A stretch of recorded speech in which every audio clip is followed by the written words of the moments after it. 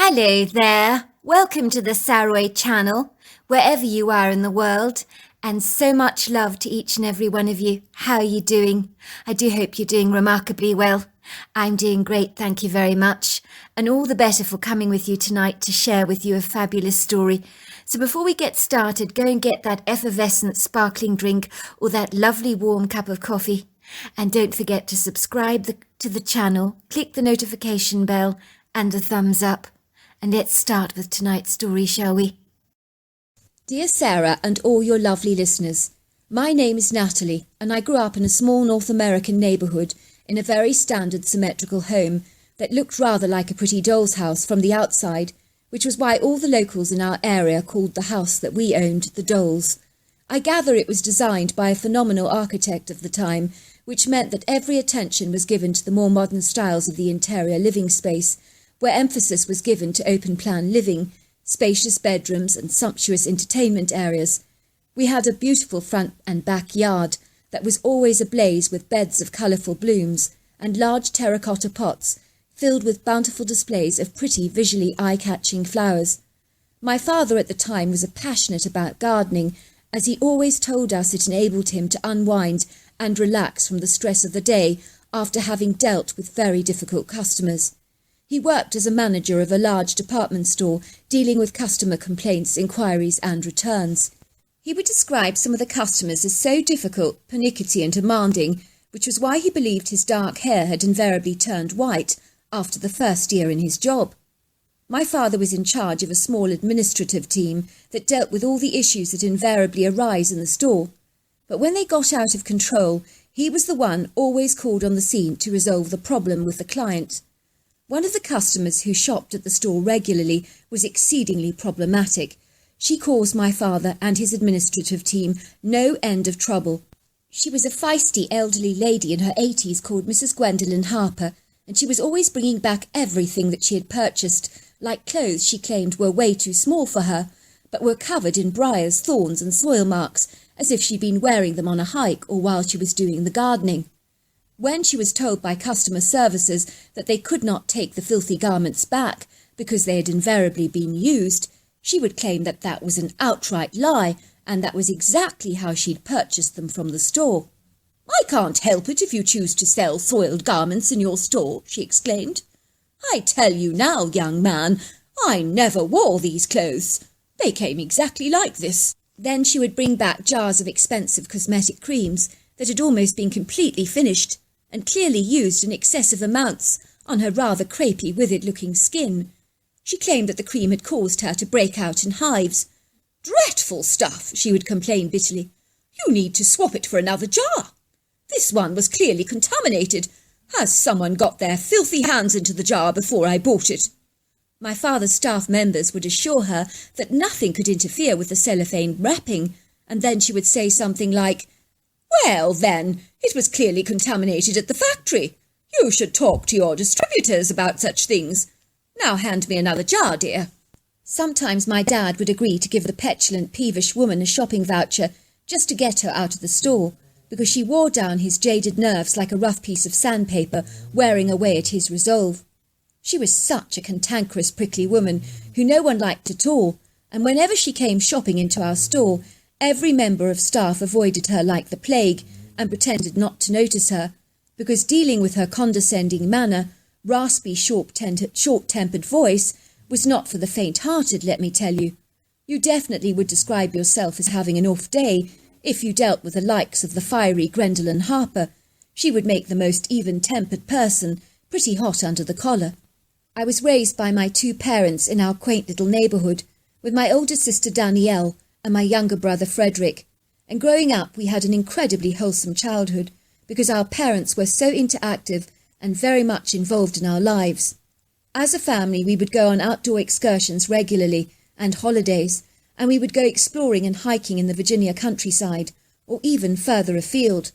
I really adored West Virginia because it is such an exquisite part of the world to live, with stunning mountainous valleys, dreamy forests, rugged outcrops, silvery lakes, farmers' fields, and indigenous wildlife, and let's not forget, so much more.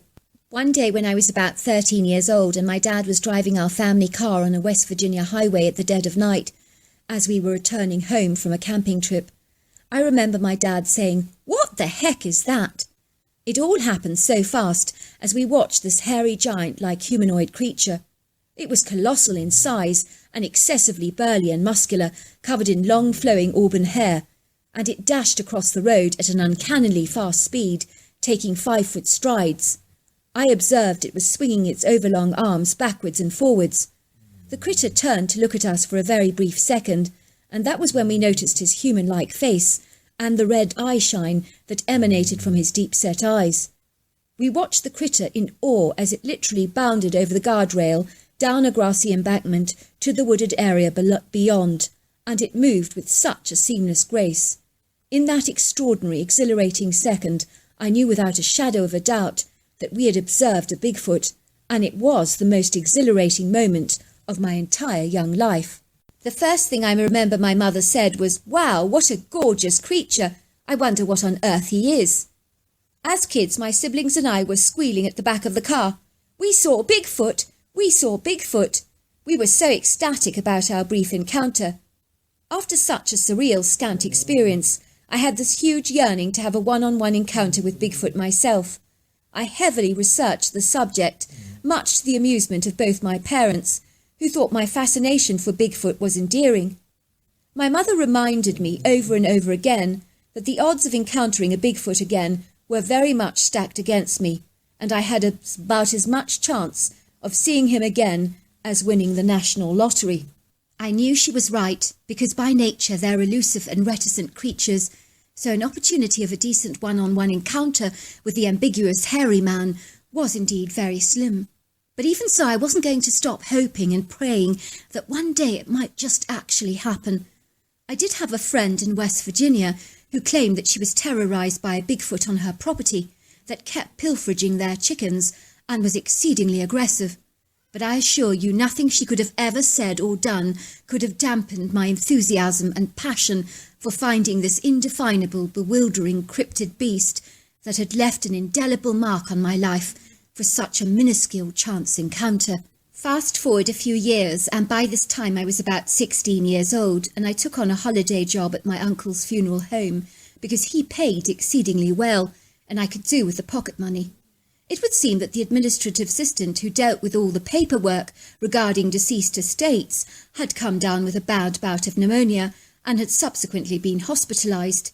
I eagerly accepted the temporary job, which I did not think would be that difficult, as I was very good at dealing with people and answering phone calls.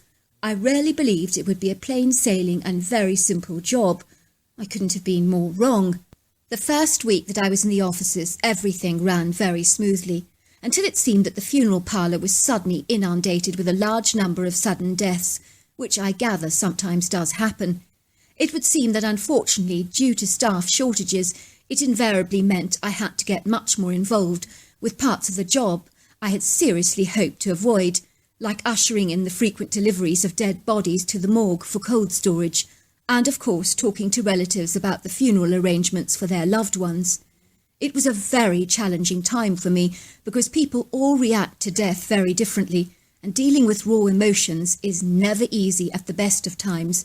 It rarely felt as if I'd been thrown into the deep end of a shark-infested tank. One day, a very pretty auburn-haired, blue-eyed young woman who looked like a startled fish out of water entered the funeral parlour, and she told me that her grandmother was being autopsied downtown at the medical examiner's morgue because her manner of death was exceedingly questionable. "It'll be released to your funeral home later," she informed me, "once the medical examiner is finally satisfied with her findings. I just want to get cracking with the funeral plans, if I may." "Of course," I said. "Come this way." I gestured to the lady as she followed me into the office. "I know who did it," she whispered, "but I daren't tell anyone in case I get sectioned." "You know who did what?" I asked the lady as she sat down at the desk. "I know who murdered my grandmother," she said. I couldn't believe what I was hearing. I looked at the young lady in surprise because it seemed to me so absurd that she would be keeping such a startling revelation from the police and confiding in me of all people.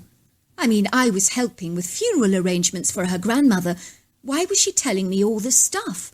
I wondered to myself privately. People think my Uncle Nell did her in because he despised her so much, she continued. But I saw the murder for myself. I was hiding, you see. I saw the whole thing before my very eyes. You should be telling the police this, I said. Not me. It was Bigfoot who killed my grandmother. Do you think there's a chance in a month of Sundays they'll believe me? Whispered the girl. I honestly do not know why I'm telling you this, but I need to get it off my chest, and for some very strange, outlandish reason, I think I can trust you. When the lady told me that Bigfoot had killed her grandmother, I was intrigued, and I asked her to tell me absolutely everything. I could feel my heart fluttering in my chest with excitement, because this was as close to a personal encounter with a hairy man as I was ever likely to get. Well, I can't really blame the Bigfoot for what he did, said the lady. I mean, my grandmother was chasing after him with a pitchfork in the middle of the night because he was pilfering some of her apples from her trees, and she was incandescent with rage. You see, my grandmother is a very, very possessive woman, and she's as tight as you can get, so much so that she can't even bear to part with a few apples. She's that tight. Wow, I said. Now that is mean. The girl continued, all I saw at the time was this colossal, hairy creature running into the woods, and I actually thought it was a bear. My grandmother, she said, leaning forward, I don't wish to speak ill of the dead, but she was a horrible, horrible, nasty woman with a temper on her that was so bad that even her own farm dogs kept a wary distance from her. Wow, that's incredible, I said, especially for dogs. That evening I reluctantly decided to follow my grandmother into the woods, because she's very frail and not robust these days. She's in her 80s, you know, and so I was concerned that she would fall over and hurt herself, or be mauled by that bear she was chasing. Sometimes she has no common sense whatsoever. I mean, who in their right mind tries to antagonize a bear? But my grandmother was never in her right mind, so to speak. So I had to follow her in the woods, and I saw the huge creature standing there. And that was when I realized at once it wasn't a bear, but a Bigfoot. I was absolutely gobsmacked to see a creature like that out in nature. It was like the critter was waiting for her and was expecting some kind of interaction with my grandmother, which is incredibly peculiar because they're usually evasive and very elusive, from what I understand. But this one was behaving out of character for the species. I think he was so amazed that my grandmother was actually bold enough to chase after him. I mean, this thing was big, and when I say big, I mean colossal. It was covered in long, tawny brown hair, and it was like a humanoid ape with very overlong arms and powerful, strong legs, and a massive, human-like hand, the likes that I've never seen before. This thing was easily over 1,000 pounds, I'd guess about 4 foot wide and about 9 foot tall, and it had a cone-shaped head and a very long angular face. I was terrified by this Bigfoot because let me tell you something for nothing, you know when you're observing a formidable beast. This thing was enormous, and I sensed I was in the presence of a very dangerous apex predator. But my fractious, balmy grandmother was absolutely fearless and seemingly very aggressive towards the creature. She kept screaming at him, "No one steals my apples! You hear me? No one steals my apples! You hear me?" And she tried to attack the creature with her pitchfork, but she kept missing. "You are kidding," I said. "She did that to a Bigfoot. I'm not joking." I know this sounds exceedingly peculiar and off the charts crazy, and I can't fathom it myself, but I promise you that this Bigfoot actually seemed so fascinated and very impressed by my grandmother's courage. He didn't know that she was naturally a very pig-headed and confrontational person at the very best of times. The Bigfoot actually snatched the pitchfork directly from my grandmother's hands and threw it into the stream, and he did this with a distinct look of amusement on his face. I think he thought it was a big game. The pitchfork, I noticed, was being carried away by the strong current of the stream, and my grandmother, with her frail, wobbly legs, was thumping around in the darkness trying to grab the pitchfork, and she was nearly flying down the rocky alcove to the stream, but the creature caught her in time, because I guess he knew that she would harm herself and was about to fall over. You mean he rescued her? I asked in amazement. In my book, that's not murder. Well, the trouble is that the creature was so monumentally big. I think he was unaware of his own powerful strength, and as he pulled my grandmother away from the stream with such a brute force to protect her, of course, his powerful movements literally snapped her neck. Imagine for a moment picking up an ant off the ground. It's an easy kill with one of those tiny creatures. You just have to pick one of them up and squeeze them with your fingers, even when you're not trying to do so. Well, it looked rather like that. So that was how my grandmother ended up being killed by the beast, but I know he did not intend her any harm. So she continued, it would seem that the Bigfoot, in his efforts to rescue my grandmother from falling over the rocky ledge to the stream, caused her extensive bruising, which the medical examiner deems very suspicious. I naturally couldn't tell anyone the Bigfoot did it, because they'll think I'm completely loopy, and I can't risk that to my reputation. You see, I'm studying law at university, and I don't want to be typecast as a fruitcake. Well, why don't you tell the police that you think a bear actually attacked your grandmother, I suggested, and then you don't have to mention the Bigfoot at all. That way it would explain the large bruises on her body. It's a win-win situation for everyone.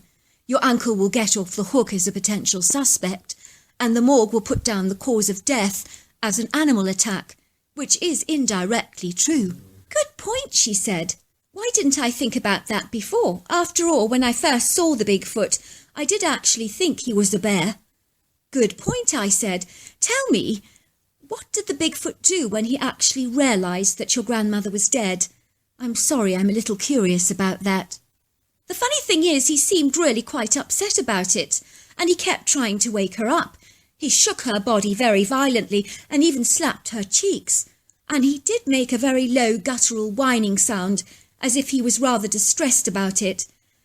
It transpired that he realised that she was deceased, so he just glided away into the woods, and, oh my word, when he moved was he graceful. He was extraordinary to watch. I saw everything very clearly, because, it was a very bright night with a full moon. I know the creature didn't intend to harm her, so it really was an accidental killing, if you like. Not really a murder. Of course it's not, and it's an extraordinary story, I said. You've no idea how thankful I am that you shared it with me, because I've always had a huge passion for Bigfoot, and I do not believe that all of them are hardened killers. I knew you would believe me, she said, looking delighted. I'm so glad to have been able to share my story with someone. I do feel so sorry for the Bigfoot, because I don't think it would have harmed my grandmother intentionally. But the trouble is, he was rough with a frail old woman. I mean, she did have a replacement hip last year, so I think he was oblivious to how vulnerable she actually was. Well, why don't we get on with the funeral arrangements now, I suggested. The lady began to give me details for the funeral. It's unlikely anybody will be coming, she said, suddenly wiping away a tear. Everybody hated the whining, miserable old bat, so I think it's going to be me, the casket and the priest, and pretty much nobody else. I'm the only one paying the funeral costs because no one wants to cover them for her, and I don't want her to have a pauper's funeral. That would be terrible. Was she really that miserable, I asked, that no one will actually come to her funeral? I mean, that's ridiculously sad if you ask me. I'm afraid so. Even her own children are happy that she's expired. They hated her with a fervent passion, I'm telling you. What was her name, your grandmother, I mean? I said, scribbling down the funeral details on a form. Her name was Gwendolyn Harper. I know that name, I said. Oh, yes. I do believe that your grandmother was my father's most annoying client, always bringing everything back that she purchased with the most outlandish excuses. Your grandmother is the reason my dad reckons his hair went white. Why does that not surprise me? She laughed. A couple of days later, when finally the medical examiner had released the body of Gwendolyn Harper, concluding that an animal attack, like a bear, had possibly caused her tragic demise, I was determined to have a peek at the corpse for myself. So when her granddaughter eventually came to view the open casket, I offered to join her for moral support. That was the first time in my life that I've ever observed a dead body. The lifeless corpse of the frail old lady looked like a vacant vessel, and she did look like a very normal old lady, although there were very definite skull marks deeply entrenched at the corners of her mouth, which gave away that she was usually most often scowling. I know it sounds strange, but something very odd happened while we were standing there in the mortuary. I felt as if there was a blast of freezing cold air that suddenly entered the room. "It's her," said the granddaughter. "She's here. I can feel that she's not happy." It was an experience that left me feeling incredibly unsettled, because I know I never imagined it. When I told my uncle about the cold air that entered the mortuary, he told me that he had stories about the funeral parlour that would make my hair curl, so I never asked him to elaborate, because I didn't want to hear any of them. That night I actually told my dad about Gwendolyn Harper's funeral, and that no one would actually be attending it because she was despised by everybody. My father was moved to the point of tears, and even though he never liked Gwendolyn, he actually organised for over 20 people from his staff in the store to come to Gwendolyn's funeral. So they all came along. The priest asked anyone if they actually wanted to speak, so my father took that opportunity to get up onto the podium to say a few words. "It would be a very sad old world if we were all the same. It would seem that God has made us uniquely individual, and we should be grateful for the vast range of colours that make up the fabric of the human soul. Some colours we may warm to, and others may be cold, but every colour is significant and supremely special, because in God's sight we are all precious and valuable, as is indeed our dear sister Gwendolyn." I thought my father's speech was absolutely amazing, and although as yet I have not had a personal encounter with a Bigfoot, I am still hoping. So there you are. That's my story.